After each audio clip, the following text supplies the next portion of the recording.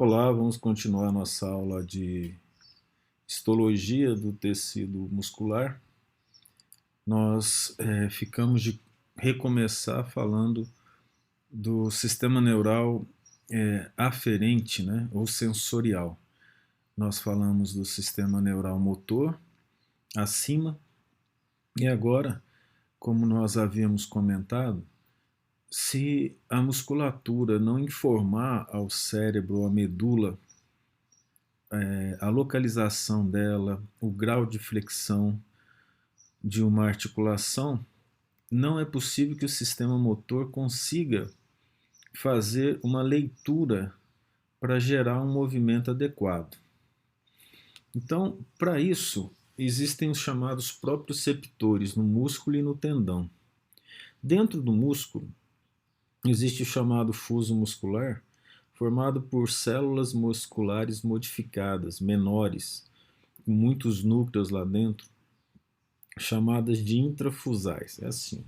Se isso aqui, né, na minha mão, foram 4 células musculares normais, uma delas vai ser intrafusal, porque ela vai determinar o grau de comprimento das outras 3. Né? Então essa daqui vai determinar o grau de comprimento das outras 3, porque isso vai mandar informação para o cérebro para ver o grau de tensão que está a musculatura. Há 2 tipos de células intrafusais. A chamada em bolsa ou em cadeia. Né? Essa daqui é em bolsa e essa daqui em cadeia. Essas células, veja que elas pegam, elas recebem, né, a inervação gama eferente, como a gente havia comentado, que é o neurônio gama lá do corno anterior da medula, que são neurônios motores menores. E ela envia informações aferentes, né, das fibras tipo 1A, que fazem aí, que tem uma velocidade muito grande, a fibra 2, que é um pouco mais lenta. Então, o grau de estiramento dessa fibra intrafusal, ela vai mandar, esse grau de estiramento vai ser enviado para a medula, para que exista uma resposta adequada. Veja bem, se o músculo já está semi-contraído, não há necessidade de fazer uma força como se ele estivesse completamente sem contração. Isso não vai fazer sentido. Então, o grau de contração informado na medula e posteriormente no encéfalo vai determinar o grau de contração da fibra muscular, se precisa ser mais forte ou se precisa ser mais fraca. Né? Alguns são de adaptação rápida, porque você precisa fazer um movimento rápido, e chamadas primárias ou anulo-espirais, e as outras são secundárias ou em ramalhete, que é a organização dessas terminações que acontecem nessas fibras intrafusais. Você pode observar que essa daqui, ó, é anulo espiral e essa aqui é terminação em ramalhete. A gente fala terminação, quando nós falamos do músculo para a medula, nós estamos falando da direcionamento do impulso no neurônio, que é unidirecional, né? Mas como nós falamos terminação aqui, ó, esses são aferentes. Não dá para falar começo da fibra, tá? Começo do neurônio. É complicado, até porque isso aqui, teoricamente, é uma discussão que está enrolado aqui é dendrito, mas o que está saindo já é axônio.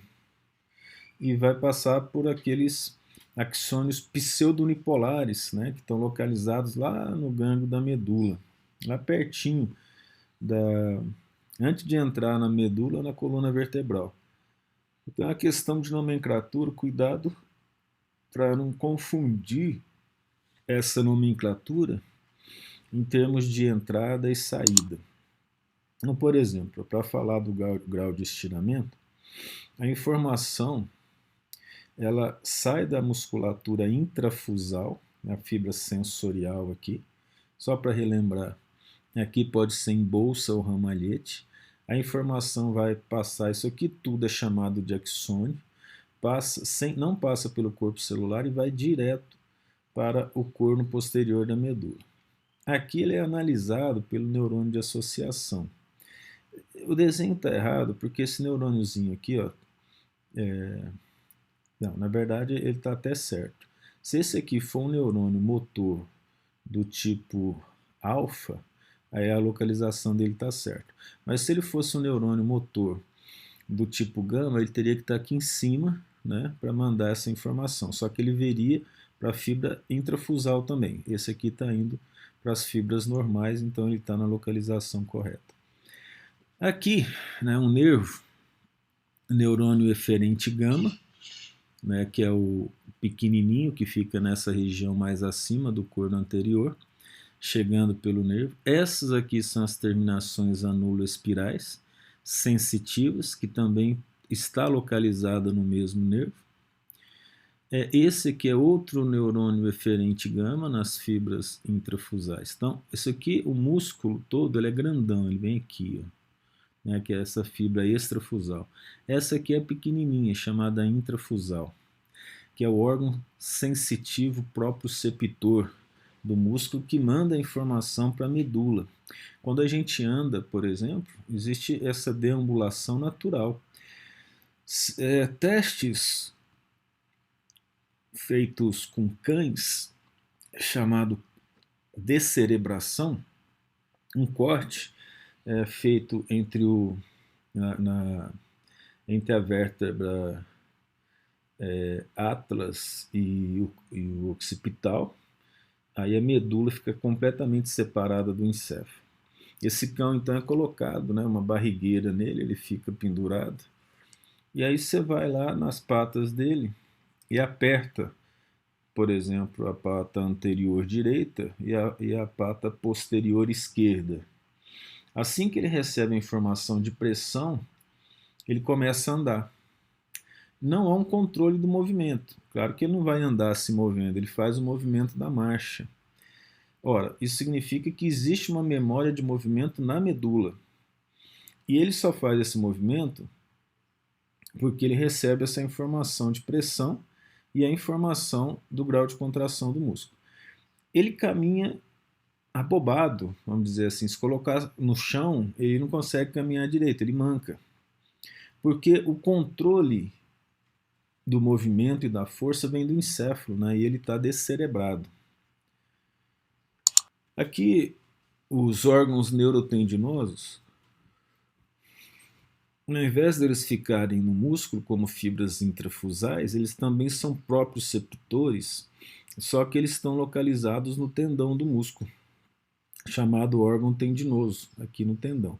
Esse aqui é o intrafusal da musculatura. Ambos são proprioceptores, representado com os números 1 e 3, né? E tem os receptores mecânicos da cápsula da articulação, que também manda a informação do grau de estiramento do músculo. São muitas informações que chegam na medula. É o chamado feedback para a contração. A contração vai ocorrer de forma correta se o organismo mandar a informação mais exata possível para a medula e o encéfalo, né? Ele também é formado por fibras intrafusais e gera um chamado sistema reflexo da medula, que é o caso do reflexo patelar, né? Quando ocorre ali uma força agindo ali na patela, né, no tendão patelar, o órgão proprioceptor do músculo, as fibras intrafusais, elas são esticadas. Olha, no que ela é esticada, o que a medula pensa que está acontecendo? Se ela está esticada, existe um relaxamento daquele músculo. Quando o músculo está relaxado, para manter o tônus muscular, a medula contrai. Então, quando bate ali no tendão, o tendão puxa a musculatura, o fuso, as fibras fusais esticam, ela manda informação para a medula, olha, o músculo está relaxado. Aí a medula responde com contração, aí vem o chute. Então, esse é a chamada adaptação rápida, né? Bateu rápido, a informação já vem, o músculo contrai e aí os músculos do quadríceps femoral, eles geram a extensão da perna, fazendo aquele movimentozinho, né? Dá para fazer isso com um colega batendo aqui vamos dizer, esse ponto agudo, né, entre a falange proximal e a falange média, batendo ali, acertando direitinho o tendão patelar. Se a pessoa estiver sentada com o membro relaxado, ela dá um chutinho, né? Não é difícil de fazer. O músculo estriado cardíaco, ele é um músculo que apresenta estriação. Existe a estriação do sarcômero, mas não é tão visível. E existe uma estriação muito forte, que é a estriação dos chamados discos intercalares, que a gente vai mostrar. Ele está situado, como já dito, lá na aula 1, no coração e na base dos grandes vasos, né? Formado pelo chamado manto miocárdio, que é uma derivação do folheto embrionário médio ou mesodermo. A contração dele é espontânea, isso aí é facilmente demonstrado quando se sacrifica um rato algumas vezes. Antigamente isso era possível de fazer, fazia-se normalmente nas salas de aula. Hoje não é mais recomendado por causa da questão da defesa dos animais, o que é bastante justo. Mas eu posso contar o que nós vivemos, né? Na nossa época, quando fazíamos fisiologia, histologia. O professor pegava lá o rato, anestesiava, abria o abdômen e o tórax, tirava o coração, botava ali em cima da bancada, jogava salina nele, e ele ficava batendo um tempo, depois entrava em fibrilação e parava. Então, a contração do coração ela é constante. A contração por si, ela independe do sistema neural, mas o sistema neural determina até um certo ponto a velocidade de contração. O sistema neural autônomo, a porção simpática, ela aumenta os batimentos cardíacos e a parasimpática, ela diminui os batimentos cardíacos. Quando ocorre uma estimulação excessiva do parasimpático, o coração chega a bater inicialmente 5 vezes por minuto, mas depois ele não obedece mais à estimulação parasimpática, ele vai bater num ritmo de 20 vezes por minuto, por mais que você excite o sistema neural parasimpático, que diminui a velocidade dos batimentos, né? Essas células cardíacas, elas são longas, bem ramificadas, como se pode observar aqui. Tem 15 micrômetros de diâmetro e 85 ou 100 de comprimento. Lembra que a fibra muscular esquelética chegava a ter até 30 centímetros de comprimento, né? Estão unidas pelas junções intercelulares do chamado complexo unitivo, que está aqui, ó, nesses discos intercalares. A gente viu o complexo unitivo lá nas células do epitélio. Então aqui tem desmossoma, junções de adesão, mas também tem junções gap nesse caso, porque é necessário que passe as informações eletroquímicas iônicas, né, de uma fibra para outra fibra. Então as estriações transversais são as pequenas derivadas do sarcômero e as maiores dos discos intercalares. É possível ver aqui no desenho, né? Isso. Eles possuem 1 ou 2 núcleos e é muito vascularizado. Aí a vascularização do coração é feita pelas artérias coronárias, né, direita e esquerda, principalmente os seus ramos, derivados diretamente da aorta. Aqui a microscopia eletrônica de fibra muscular. Observe que é possível até ver um sarcômero aqui. E esse aqui são os discos intercalares e aqui os núcleos aqui é a mitocôndria, das células musculares. Aqui o esquema dela, e aqui um esquema maior, mostrando ó, o disco intercalar aqui, nessa região, e o núcleo aqui no meio, né? Mais um esquema mostrando os discos intercalares. Aqui uma representação do disco intercalar, né, na forma dessas estruturas aqui, ó, parecendo um sino, né? Aqui embaixo também, então ocorre essas evaginações, né, que estão por aqui. E ainda na microscopia óptica, olha que bonito, dá para ver aqui o disco intercalar e os núcleos, né, bem claros.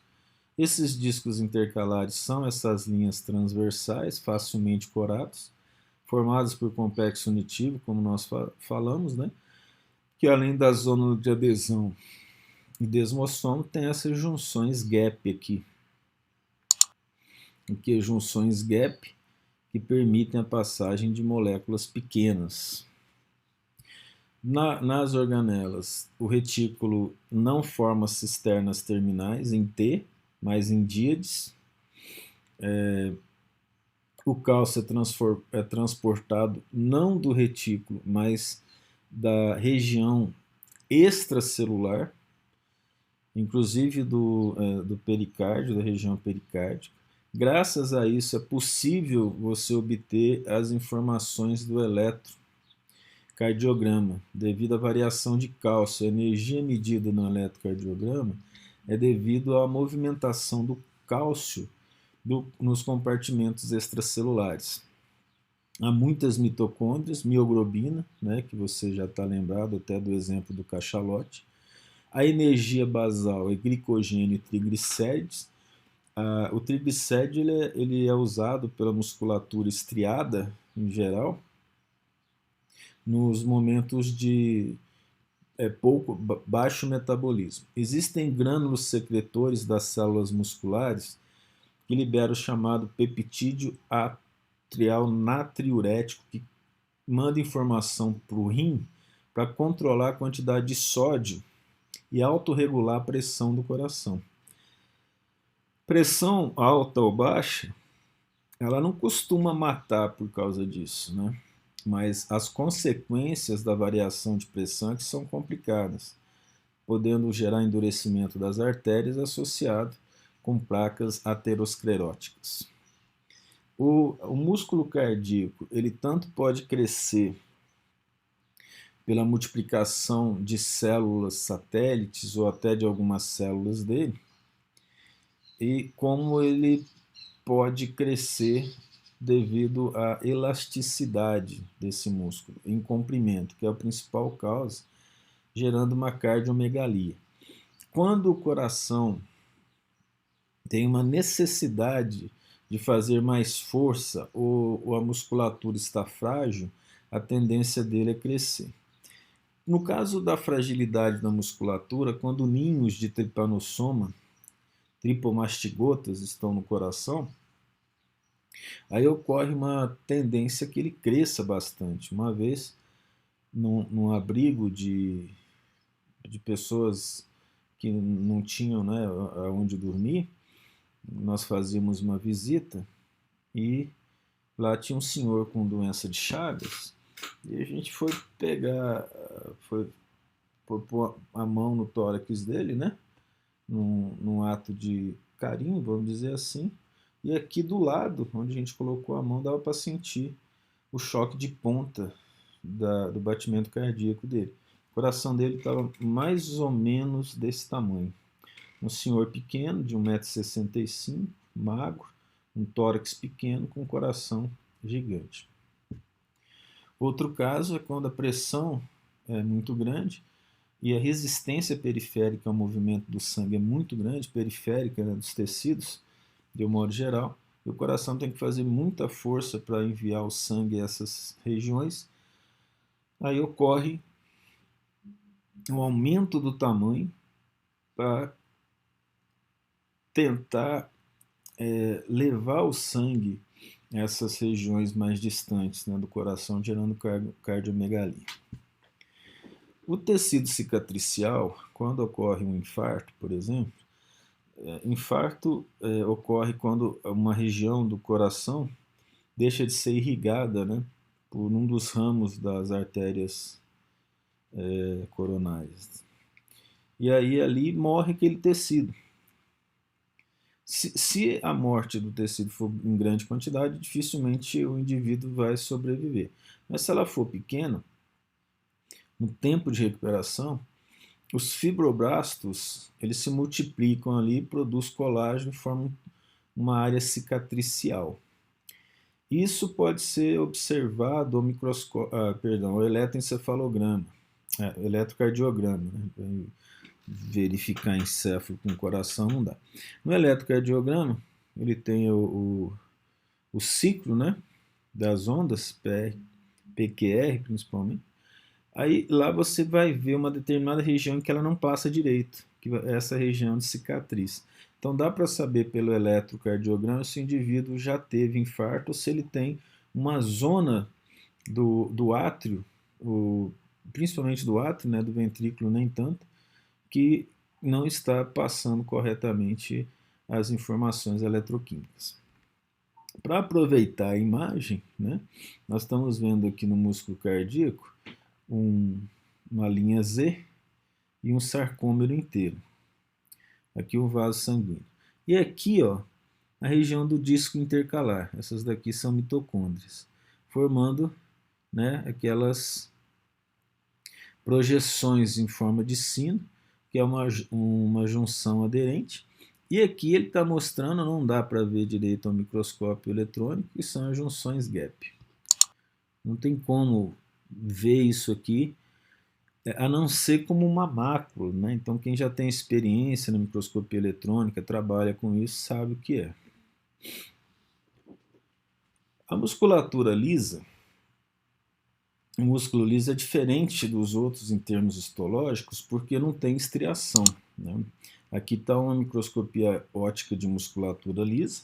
Você tem essas células de formato fusiforme, aqui tem um núcleo, mas você não vê as estriações como a gente consegue observar a microscopia óptica dos outros músculos. Não tem túbulos T, estão localizados nas vísceras, ele é involuntário, então o sistema neural motor que age sobre ele, simpático e parasimpático. É muito importante lembrar que algumas vezes o indivíduo forma sem saber isso, né? Que o sistema neural autônomo ele é só motor, simpático e parasimpático. Existe um sistema neural sensitivo, mas ele não recebe o nome de autônomo. Células longas fusiformes são associadas, inclusive por junções, por desmossomos, né? Normalmente, ele está na parede dos pequenos vasos, com tamanho de 20 micrômetros, e no útero, por exemplo, essas células são muito grandes, chegando a 500 micrômetros. Aumenta muito em número, né, que é por hiperplasia, ou seja, por multiplicação, por mitose, e também ele aumenta o tamanho sem multiplicação celular, que é chamado de hipertrofia, principalmente no caso do útero. Essa é uma situação interessante porque as mulheres que têm os primeiros filhos, algumas vezes ocorre o aborto porque o feto ele cresce mais rápido do que as fibras do útero conseguem crescer em termos de elasticidade e multiplicação. Aí o feto começa a se desenvolver e ele encontra uma barreira, que é a barreira física do próprio útero, o que gera o aborto algumas vezes. Essa célula muscular ela sintetiza colágeno tipo 3, que formam as fibras reticulares, fibras elásticas e proteoglicanas. Ou seja, ele é bem envolvido por tecido conjuntivo, né, em torno dele. Possui lâmina basal, e aí a lâmina basal você já conhece bem o que ela é, com fibras reticulares em volta, que amarram essas células, fazendo com que elas fiquem unidas umas às outras para que a contração seja simultânea. Essas fibras não passam informação, mas mantendo as células unidas, você vai ter pelo menos dois modos de geração de contração a partir de uma célula para as outras células, que é a modificação do ambiente extracelular, gerando então um processo de alteração eletroquímica em relação à membrana e o meio, ou até por junções gap. Essas fibras, por exemplo, ela gera contração lenta e dolorosa, né? Como eu já citei antes, a contração do intestino é lenta e dolorosa, a contração do útero, né, em ocasião dos processos associados à menstruação, às cólicas menstruais.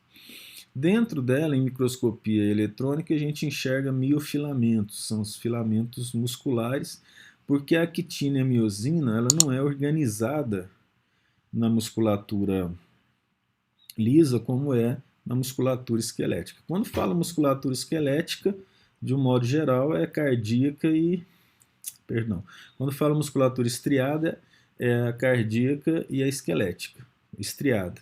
Aí tem a estriada esquelética, que são os músculos que agem principalmente sobre os ossos, e tem a estriada cardíaca, referente ao coração e os grandes vasos. As organelas dela têm uma quantidade razoável de mitocôndria, o núcleo é vesiculoso, ou seja, um núcleo que está gerando produção de proteínas, né? Não tem a troponina, tem a quitina e tem miosina. Em filamentos finos, você entenda a actina, filamentos grossos, miosina.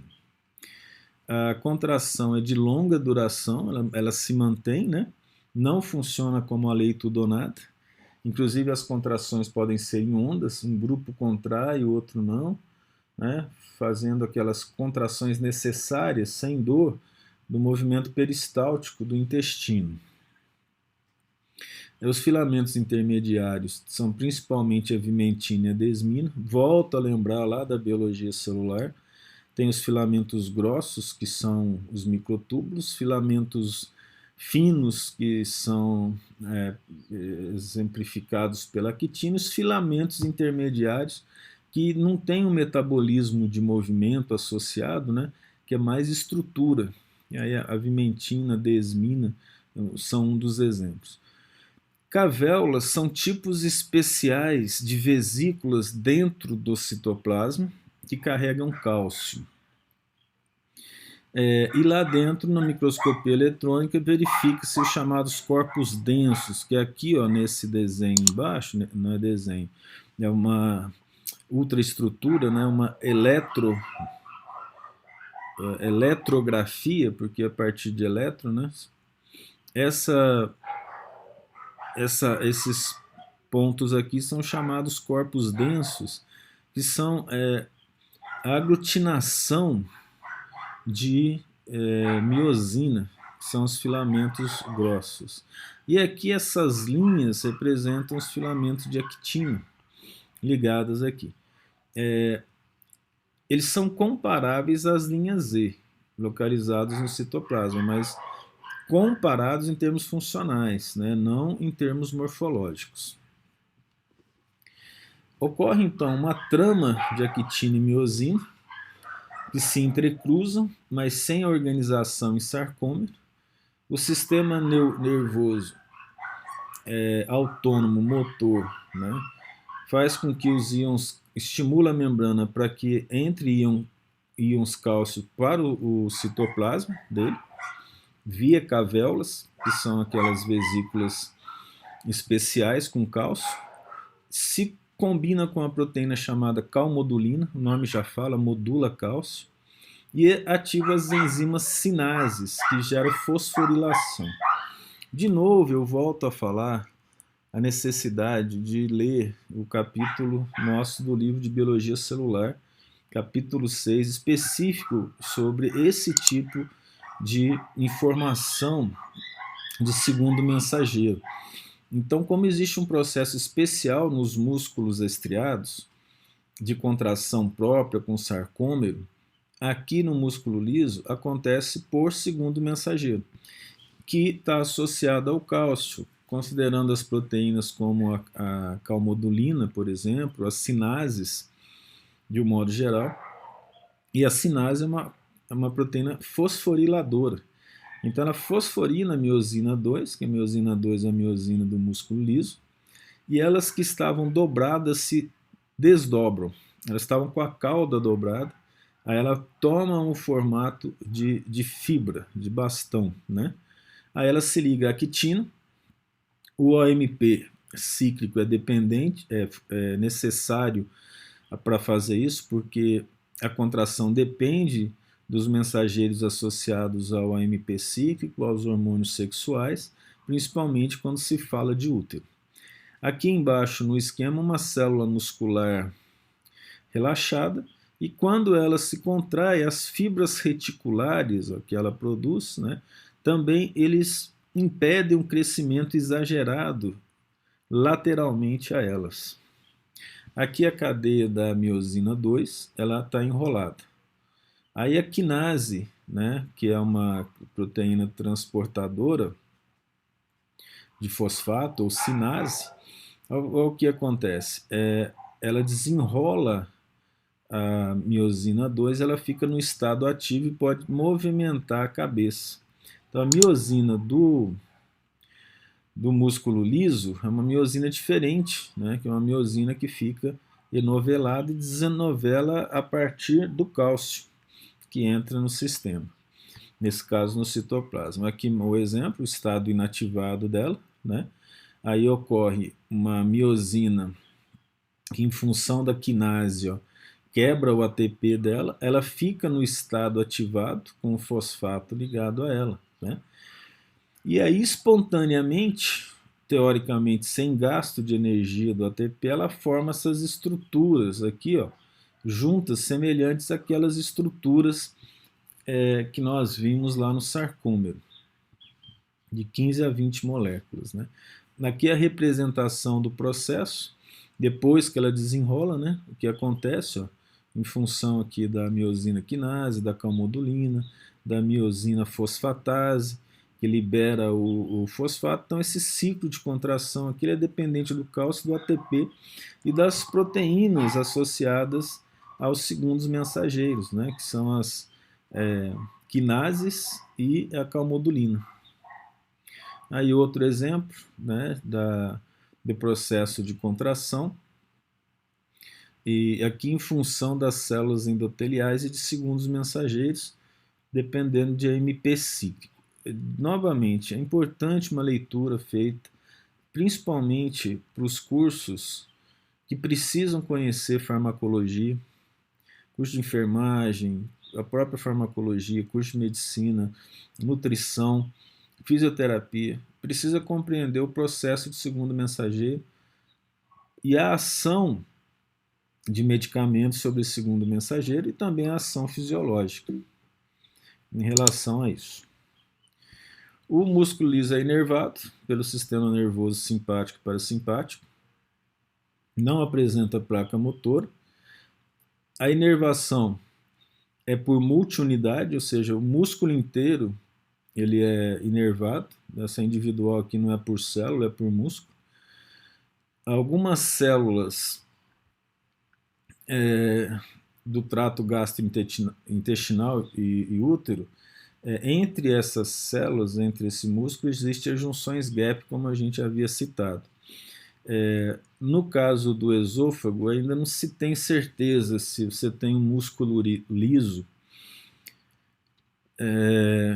numa parte, músculo estriado na outra, ou você tem uma mistura entre eles no processo de contração rítmica do esôfago.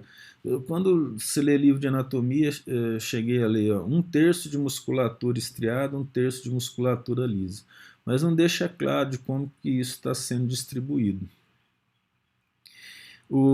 Esse grau de controle do autônomo ele é muito variável. O sistema nervoso autônomo não tem a sofisticação do sistema neural voluntário, então varia de indivíduo para indivíduo, tanto é que algumas mulheres sentem mais dor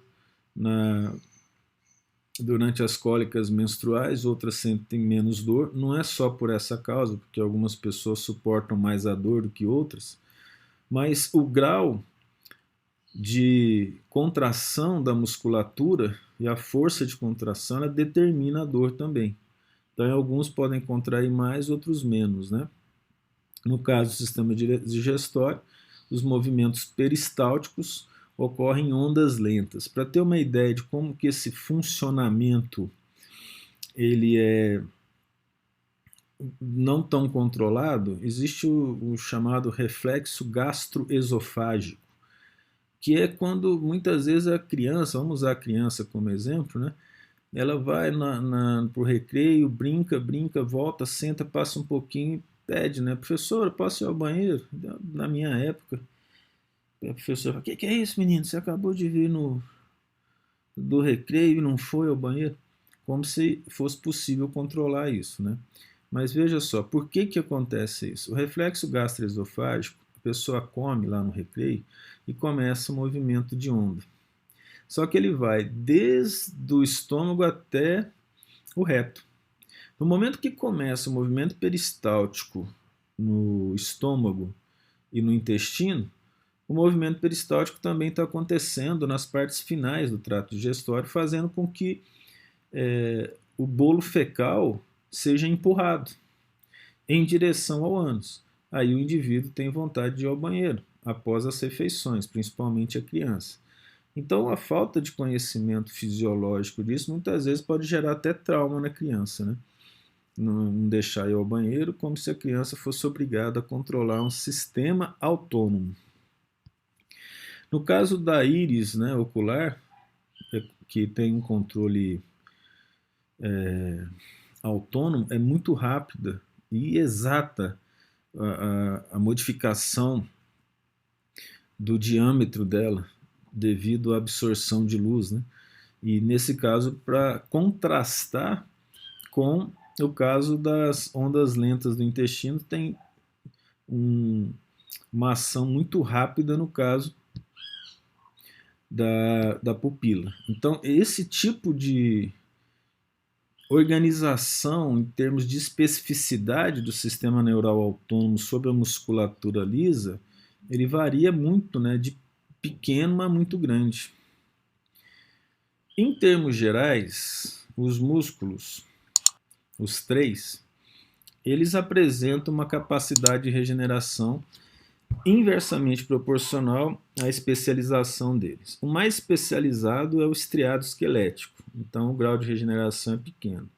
Depois o cardíaco, podemos colocar também no mesmo patamar do estriado esquelético e finalmente o músculo liso. Nessa ordem inversa, o músculo liso chega a sofrer mitose. Se ele for lesado, ele forma outro músculo liso e regenera determinada região. No caso da musculatura estriada esquelética, existem aquelas células que nós mostramos ontem, né? Ontem não, na aula 1, as células satélites, que ajudam a formação de novos músculos, ou seja, a fibra muscular não sofre mitose, mas ela tem uma capacidade parcial de regeneração.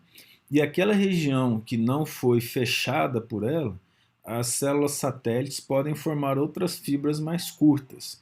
E se isso não for suficiente, ocorre formação de fibras colágenas, formando uma cicatriz de fibroblastos. Assim como acontece na musculatura cardíaca, também acontece nas fibras estriadas esqueléticas. No caso da hipertrofia muscular do útero, é muito importante essa mitose, senão não caberia, né? O útero é uma estrutura pequenininha, de um modo geral, né? Um pouco menor que uma pera, e em termos laterais, menor que a pera. E ele vai ficar com um indivíduo que pode chegar até 3 quilos, né? De peso, e 60 centímetros, 58, 40, depende da criança, ali dentro. E ele precisa crescer bastante, né? É necessário que ocorra, então, tanto hiperplasia como hipertrofia, como a gente comentou, né? Muitas vezes, outras células, como os pericitos da parede dos vasos sanguíneos, citado na aula de sangue, né? Elas se multiplicam para gerar novas células musculares lisas.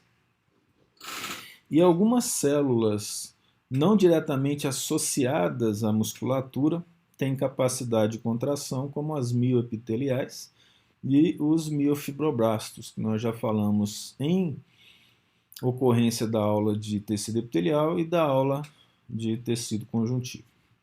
Essa tabela aqui é uma tabela que dá várias características dos 3 tipos de músculo, né? O estriado esquelético, estriado cardíaco e músculo liso, em relação à presença de sarcômeros, a localização do núcleo, o desenvolvimento do retículo sarcoplasmático, a presença dos túbulos T.